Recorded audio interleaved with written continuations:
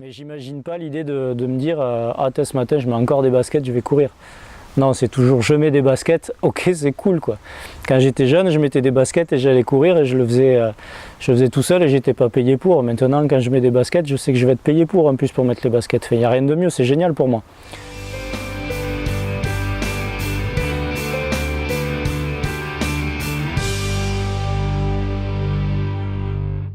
Moi, dans mon métier, j'ai toujours cherché à avoir une conception du travail en lui-même pluridisciplinaire, c'est-à-dire que par les connaissances au niveau de l'alimentation que j'ai, puisque c'est quand même une grosse partie du travail, mais sur le reste, dans mon coaching en natation, puisque je suis maître nageur aussi à côté, sur le running, parce que je cours depuis que je suis tout petit, je fais beaucoup de courses, ou la self-défense parce que je fais des arts martiaux depuis très très longtemps.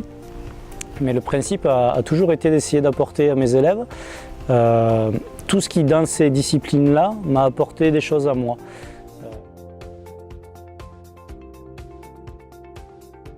Si je te fais un florilège des phrases que je peux entendre au premier rendez-vous, c'est je n'aime plus mon corps, le regard des gens sur la plage quand je suis en maillot me fait du mal, mon propre regard sur un miroir me fait du mal, je me sens pas bien, je suis pas en santé, je suis fatigué, je fais de l'eczéma, je suis stressé.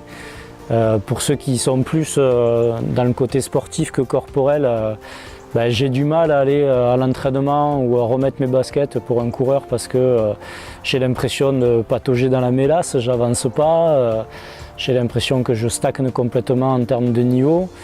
J'enchaîne les blessures. Ils sont tous plus ou moins à en dépeindre un quotidien qui est plutôt noir parce que, comme je disais tout à l'heure, ils viennent me voir, ça fait un moment qu'ils sont dans ce cas-là parce que c'est pas un réflexe d'aller vers un coach sportif d'emblée. Donc du coup, la situation qu'ils vivent, ils la vivent depuis un certain moment et du coup, il va falloir travailler principalement sur une remotivation pour repartir sur des objectifs, quoi. Mais quand on parle d'objectifs, il faut, dans ce métier-là, avec les élèves, arriver toujours à trouver un compromis le plus simple possible entre les idées préconçues qu'ils ont dans la tête quand ils viennent te voir, et puis ce que toi tu connais, tu sais ce qui va être bon ou mauvais pour eux, quoi. Donc il faut arriver petit à petit à les amener sur le chemin, c'est le rôle du pédagogue de toute façon, les amener sur un chemin d'apprentissage et de connaissances et de savoir qui vont faire que ce qu'ils recherchaient vraiment au fond d'eux va se réaliser petit à petit. Et le principe de base de toute façon, dans mon enseignement, ça reste le même, prendre du temps.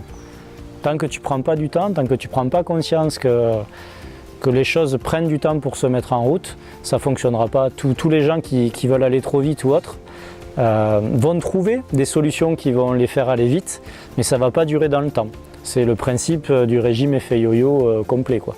C'est-à-dire que tu as quelque chose où pendant un mois et demi, tu vas faire des choses très très dures, tu vas avoir des résultats physiques très conséquents, mais ça a tellement été dur pour ton corps qu'il l'a tellement pas accepté ce changement que le jour où tu relâches un petit peu, psychologiquement, tu vas basculer et tu vas arrêter ce que tu faisais, ça va tenir un petit peu, et puis tu vas reprendre du poids ou plus.